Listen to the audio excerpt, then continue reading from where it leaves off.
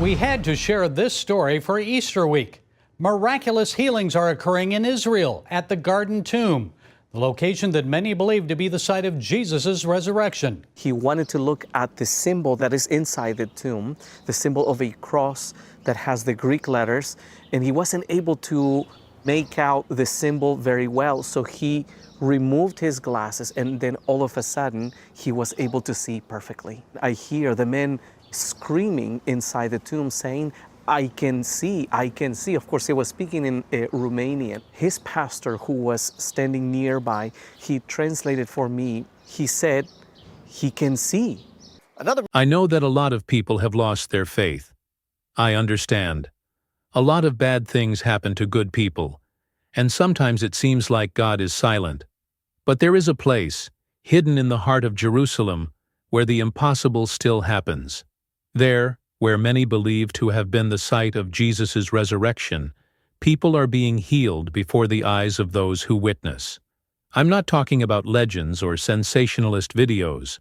I'm talking about real stories, with real names, dates, and tears. Miracles that are not told by pastors in pulpits, but by family men, simple workers, tourists, and even unbelievers. The first story they told me came from Romania. A man whose vision was compromised years ago went to visit the Garden of the Tomb. He entered slowly, guided by sound and touch, and stopped before a symbol inside the tomb, a cross with Greek letters. He tried to see, but he couldn't.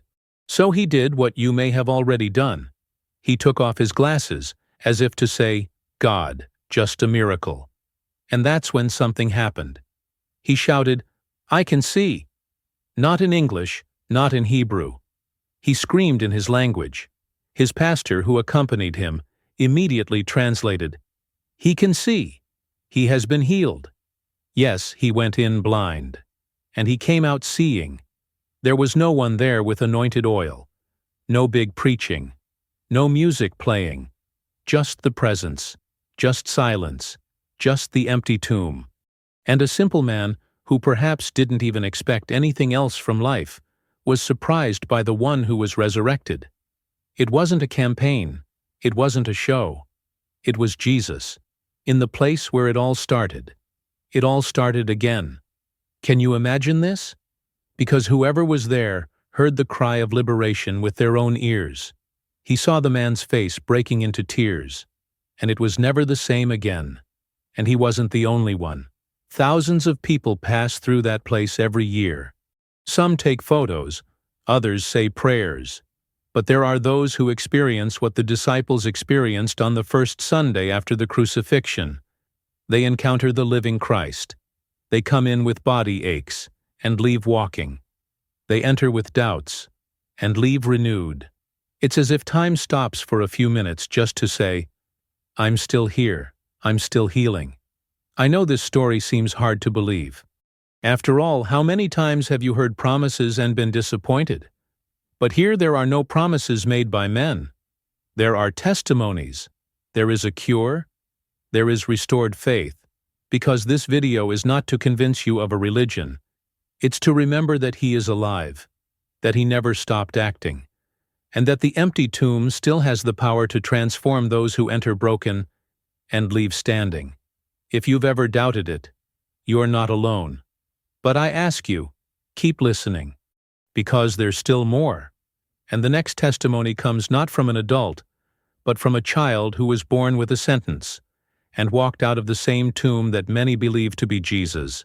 And it was in this miracle that a sister who had lost her faith came back to believe. His name is John Carlo. He came from Ecuador when he was still little, carried in his parents' arms. They crossed oceans with one purpose: to pray in the Garden Tomb. The boy had been diagnosed with hydrocephalus, a condition that caused fluid to accumulate in the brain.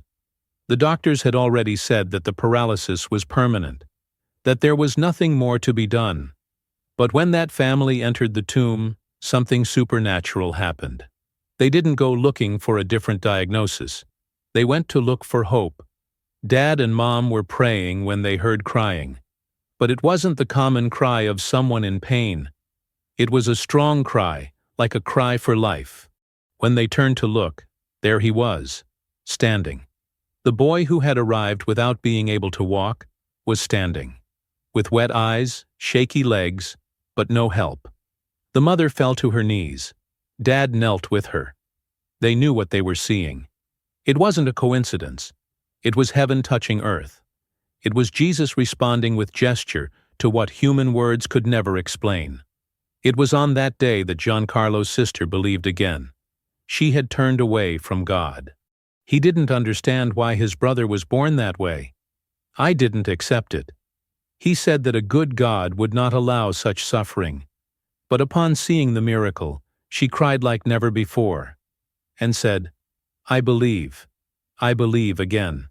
This wasn't just a physical healing, it was a spiritual rebirth.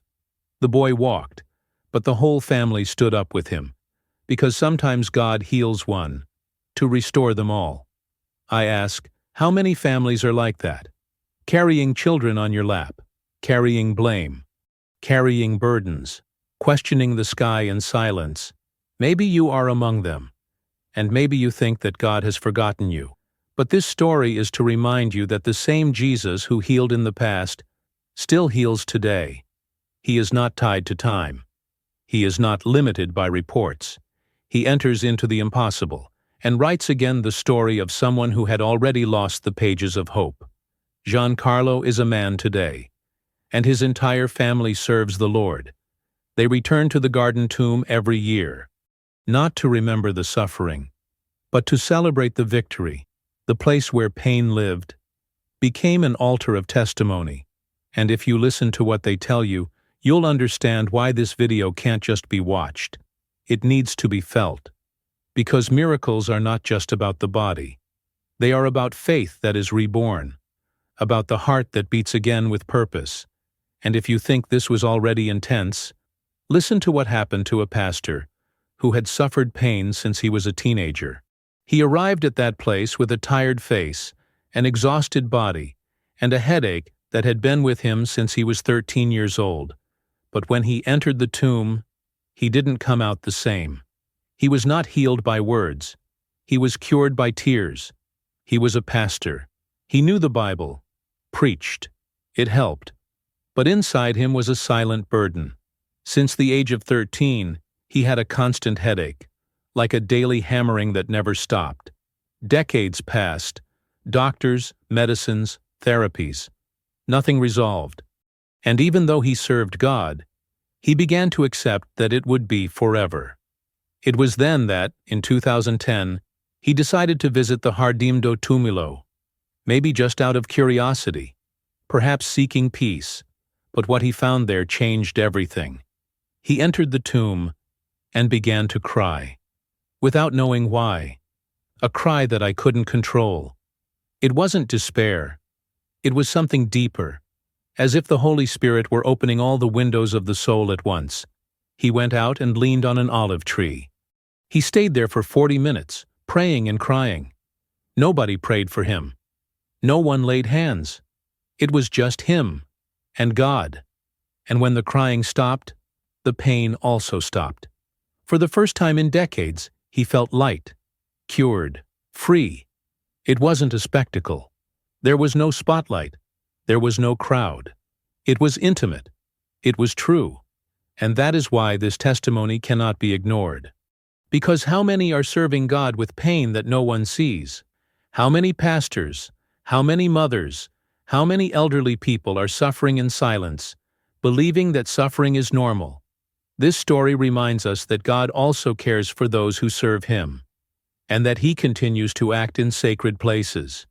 Even when you don't say anything, He understands your crying. Another testimony came from someone who worked in the tomb garden itself, a local employee. He had suffered from acute liver pain for years. I had already tried everything. But one day, a Brazilian pastor entered that place and left with a clear feeling in his heart. God had spoken to him. He told me to pray for that employee. And so he did. He came to the man, and first of all, he looked into his eyes and said, "It's not me who heals. It's the Lord." He anointed him with oil, prayed, and that pain disappeared. Completely gone. Forever. Years later, the employee himself told this testimony. He said the pastor had no idea what he was facing, but God knew. And that prayer, apparently simple, was the instrument of a miracle. Sometimes you think you need a crowd, noise, a spectacle. But God continues to use ordinary people to do extraordinary things. He speaks in silence. He acts in simplicity. And He heals. At the right time. In the right place. With the right person. These miracles all happened in the same place. In the same physical space where we believe Jesus was resurrected. But it is not the place that has the power. It is His presence there. And maybe you can't go to Jerusalem, but you can pray now. You can order now, because what healed these men is still alive. And what He did there, He can do here. It can do it to you. In the next chapter, I will tell you the story that impressed me most. A woman who didn't even know Jesus, and saw with her own eyes a man with a crown of thorns inside the tomb. Her name was not released. She was a Japanese tourist. She spoke English but said clearly, "I don't know anything about Jesus Christ." She was there out of curiosity, following a tour. The guide began by explaining the place. Calvary, the hill of Golgotha, the garden. It showed where many believed Jesus was crucified. He told about the empty tomb. And even without faith, the woman continued listening, until she entered the tomb. And it was inside that something inexplicable happened. Something that not even the most studious could predict. She started to cry. In silence, with the whole body shaking. The guide approached and asked what was happening. The woman replied, "I can see it." The guide, surprised, asked, "See who?" She replied, "I see a man with a crown on his head." And then came what no one expected. She added, "It's not a golden crown, it's a crown of thorns."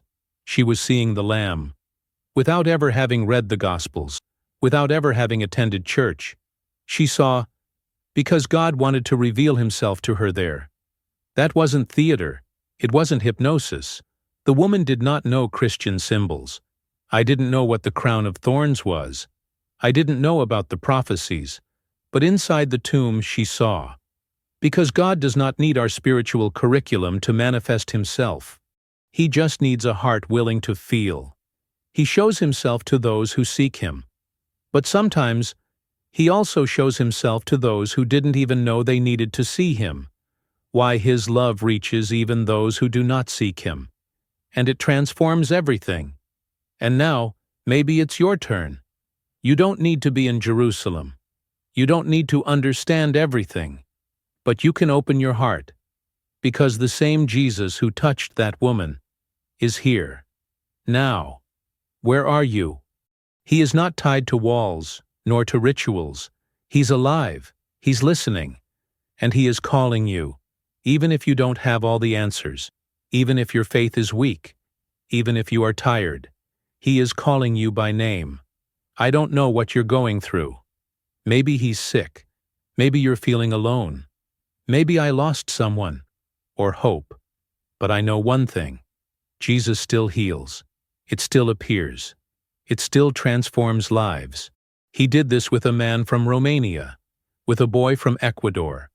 With an injured pastor. With a sick employee. And with a woman who had never met Him. And He can do it for you too. Just open your heart. Just say, "Lord, if you are real, show me." And He will show you. I close by asking you one thing. Don't let this message pass you by. Share, pray, comment what you felt, and subscribe to this channel. Because when you spread faith, you also participate in miracles. And as that healed pastor inside the tomb said, "The power is not in me. The power comes from the Lord." May the same power touch your life today. And may this story be the beginning of your own.